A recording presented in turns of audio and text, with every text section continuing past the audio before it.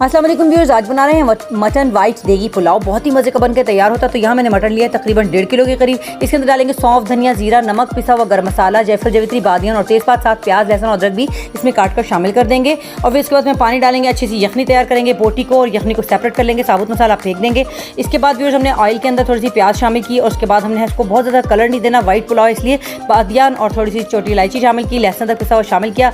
जो बोटी हमने निकाल कर अलग रखी थी वो इसमें शामिल करके हल्का सा भूनेंगे। इसके बाद हम इसमें शामिल कर देंगे काली मिर्च, जीरा, गरम मसाला, जायफल, जवित्री और नमक। इसके बाद हमने अपना नमक आप बाद में चेक भी कर लीजिएगा। हरी मिर्चें कटी हुई और टमाटर इसके अंदर हम डालेंगे, साथ थोड़ा सा दही भी शामिल करेंगे। जब टमाटर थोड़े से सॉटे हो जाएंगे तो इसके अंदर हम उसकी जो यखनी निकाल के रखी थी वो सारी डाल देंगे। फिर यखनी और पानी का ध्यान रखिएगा। चावल इसके अंदर मैंने 1 किलो डाले हैं। एंड में हमने थोड़ा सा जायफल, जवित्री, थोड़ा सा गरम मसाला और मैंने इसके अंदर थोड़ा सा केवड़ा भी डाला है। इसके बाद थोड़ी सी हरी मिर्चें शामिल करेंगे। नमक अपने हिसाब से चेक कर लीजिएगा। देखिए कितना ज़बरदस्त 10 मिनट में चावल बनके दम लग के तैयार हो चुके हैं। तो इसे अपने घर पर ज़रूर बनाएगा, बिल्कुल देख जैसा मज़ा आपको आने वाला है।